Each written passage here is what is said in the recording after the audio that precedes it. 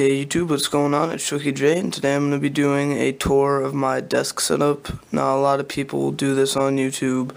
Apparently, it's a cool thing to do, so today I'm going to be doing that, and I'll show you pretty much every aspect of my setup. So let's get right into it. So the first thing, I'll just start with the first thing right here. I have a really nice leather chair, and it actually reclines back, so if I'm chilling and watching a movie, that's perfect. I might as well go under the desk, or I'll save that for last, because I would have to show you something else for you to understand that first. So as you can see here, I mean, I am a PC gamer, and I really should have a mechanical keyboard if I want to take it seriously, but honestly, this keyboard does the job. It's the Logitech K750, solar powered, wireless. I don't have to worry about charging anything. It's a 1/3 of an inch thick. I just think I'll show you that real quick. It's one of the thinnest keyboards I've ever used, and I've never had to replace it except for once, and it's great. So here I have my Logitech G500S. I was gonna get the wireless one, but they were out of stock, so oh well, what are you gonna do? Here, this is I believe a 32-inch, it's an Insignia. It's 720p, but somehow it manages to run a resolution of 1080p, and this is my primary display. Over here, I have a secondary display with a slightly higher resolution. Over here, you can see right in the middle, it's a pretty ghetto setup. I know I taped it on with painter's tape, but I don't really care because it gets the power up here and it does what it needs to do. Also, in the middle of the picture, you will notice my Klipsch 2.1 Pro Media speakers. Anybody who's watched this channel before knows about that. And I'm using an Xbox Live Vision camera for my video, for Skype calls, and commentaries and stuff. And then that's just a desktop mic. I have all the remotes for all of my things because this is a regular TV. This is not some kind of monitor, it's a TV. So let me get on up here because there's AT&T U-verse, a PlayStation 2, and a Blu-ray player. As well, we have a lava lamp that takes 5 hours to heat up, so it's pretty useless.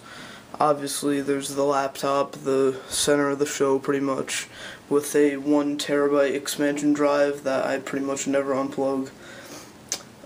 One thing I did forget to mention, or actually I didn't forget, but this is the other thing I wanted to show you, is that I do have my own home network, because AT&T U-verse, the gateway they give you completely sucks. So I disabled the wireless on my gateway and just put in this router. As you can see, I do have DDWRT, which allows me to configure the internet WAN port to work alongside with the LAN and not give you any compatibility issues. And this is also a wireless access point. As you can see, the wireless local area network light is blinking, so that leads me to my next thing under the desk. I currently have 2 dedicated Minecraft servers running underneath my desk, and they are all hardwired with Ethernet up to the router up there. And it pretty much is a very ineffective thing, but it gets the job done for me. As you can see here, there's a little Ethernet cable running down the vent into my basement where the router is located. Again, with the wireless signals that were not reaching is another reason why I implemented the router. But the Klipsch Pro Media 2.1 speakers, I do control them from a different spot. You might notice that both of the satellites were missing their control panel.